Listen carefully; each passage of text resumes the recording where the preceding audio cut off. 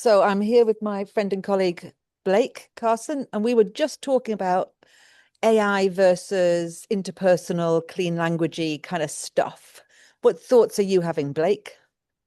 Yeah, I think one of the things I notice is with AI, it can make processes simple and deliver us a an outcome or an ending or what we've told it to do the work for, which can be really helpful, super supportive in some contexts. And my experience working with teams that when sometimes when they try to use it to do the interpersonal work, then they miss what interpersonal work does for them as individuals, what that means to go through a process with another person, and for the other whoever else they're working with, that they also get that experience.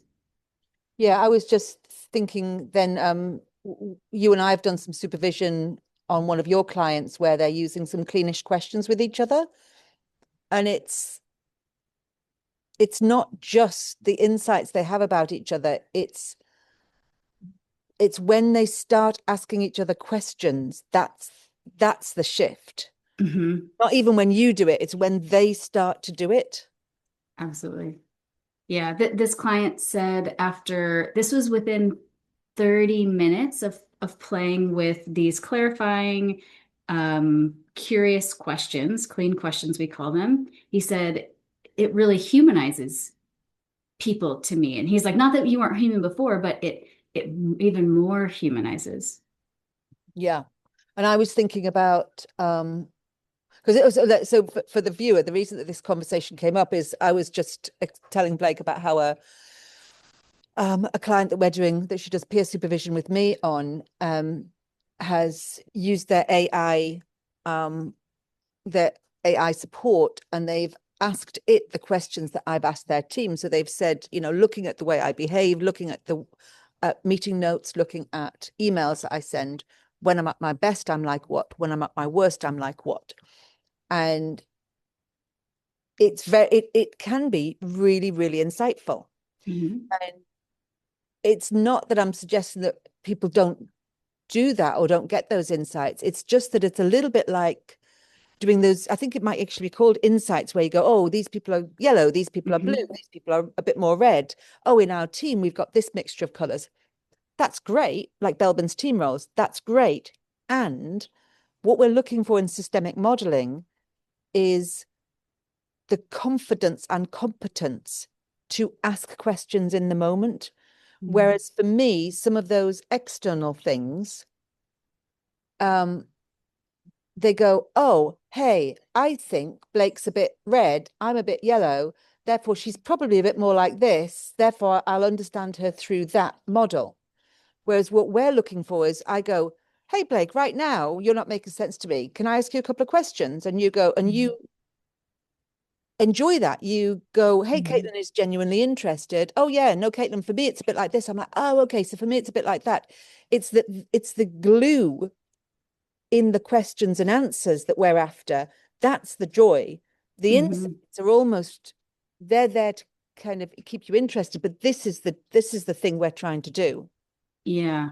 And that comes from kind of two people showing up in a certain way, right? Which we can sometimes skip when it's like, oh, you're like this, and we turn too much to or we turn to specific models. It makes me think of kind of that collective intelligence that can be created when people are curious and engaged and they're in their creative brains. And if we rely too much on these specific models of you're like this and I'm like that, we we might miss out on some of that intelligence of what's happening right now, like what's live in this Yeah. moment. Yeah. It's like even, it's something like Enneagram. If you're like, oh, yeah, but I would be like that, I'm a two, or I would be like, you would be like that, Caitlin, you're a nine.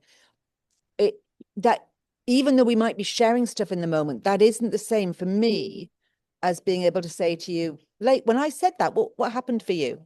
Mhm.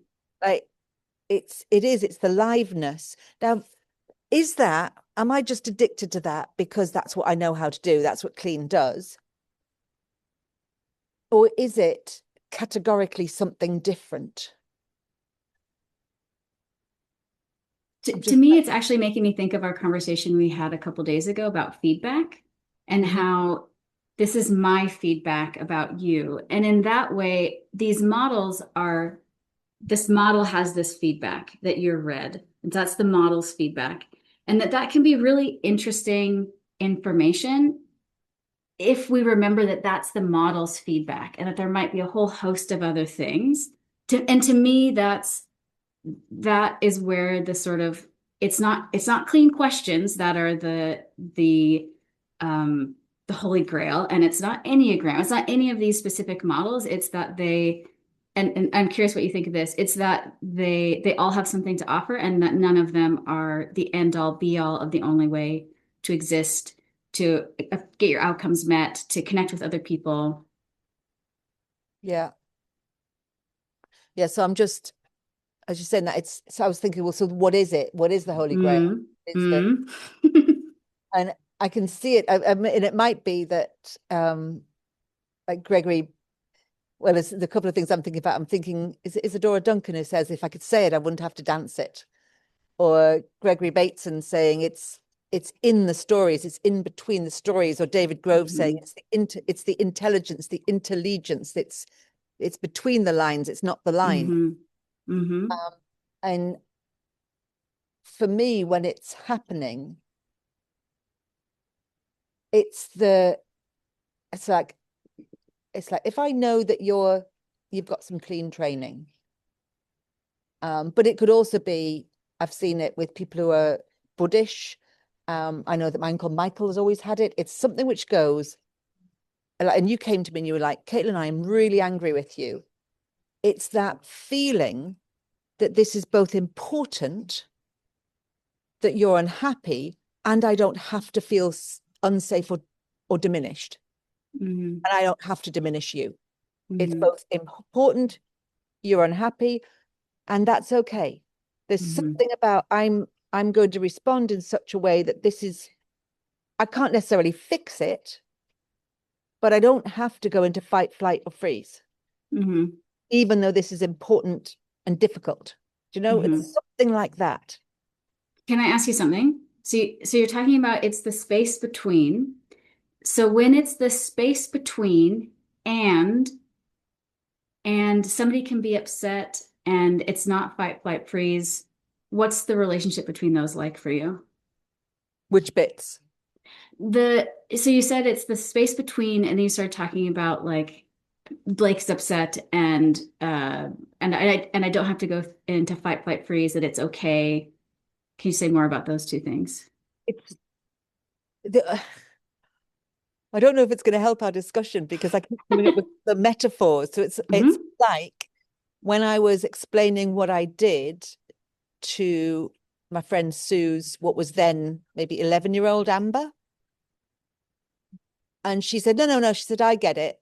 She said, for most people, when there's an argument, it's like, I've got one frying pan and you want fish and I want vegetables. Hmm. And she said, but what you're saying is that we go, oh, okay, let's have it like a barbecue. And I'll have my vegetables here and you can have your fish here. And I can, Hmm. even though I would hate to eat fish, I can really appreciate you enjoying your fish. And even though Hmm. you would feel that the vegetables weren't enough, you can enjoy me really eating my vegetables. But we're not, it's yes and not Hmm. this or that. Hmm. So you can be Yeah. that and we can connect rather than, yeah, rather than you're really upset, therefore I have to protect myself, protect you, Hmm. or run away. Hmm. Hmm. Correct me where this isn't what you mean. It like so you're saying like the space between, it's between the lines, because often what's the lines are the what we think is happening. Like we think she's upset and we have to fix it. We think this person is a number two Enneagram and they're going to be like this. And that you're saying that there's also this space between these things that quote unquote are. And and that's where what's there between the lines. Yeah, so it's like a space for growth or a space for Mm, It's a space for emergence. So it's like you are really, really angry with me, and the fact that you're bringing it to me and that you're telling me also indicates a space for emergence, because you are telling me with an intention or with an expectation that something will happen.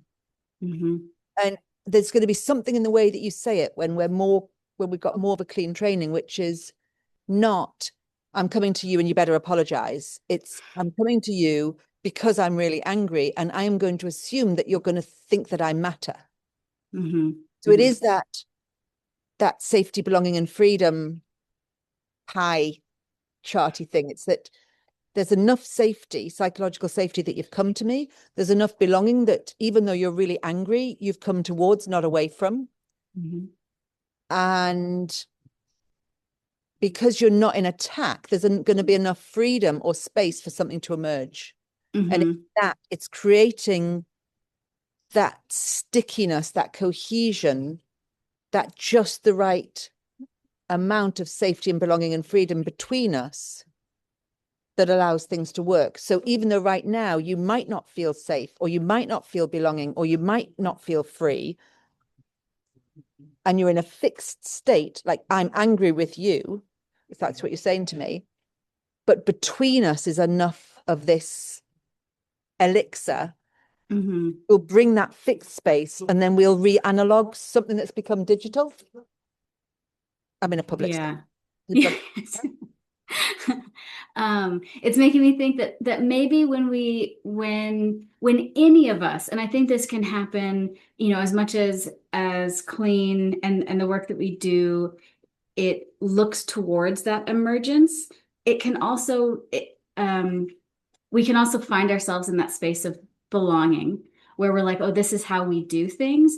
But what I'm imagining is that when we relate to these models in such a belonging way, that it's like, oh, this is how we are. This is who I am. This is who you are. And it's a belonging way where we have our social rules, that when we get too wrapped up in that, that's where we might stay and have less access to what for me is over here, this emergence possibility. That's the next thing. That's our collective intelligence is over here. Like these other, the possible is over here. Yeah, the emergent possible. And that's where I think that's why I got such admiration for those clients who do come back and say, oh, we're shit hot at the belonging stuff. We're really good at understanding each other's metaphors and adjusting for each other. That's brilliant. Now we want to go for the drama. Now we've got enough of the stickiness to get the juice out of it, or to use the drama as the grit to grow new pearls. And I do think it probably is a little bit linear, like, but it's difficult because some teams are so in drama, you have to acknowledge the drama to settle the system. And other teams, they need to build up, so sometimes you do have to address drama early. It's not that you should avoid talking about it until the group's got the trust. It's that sometimes you need to acknowledge it, because we're training the group that it's okay to acknowledge it.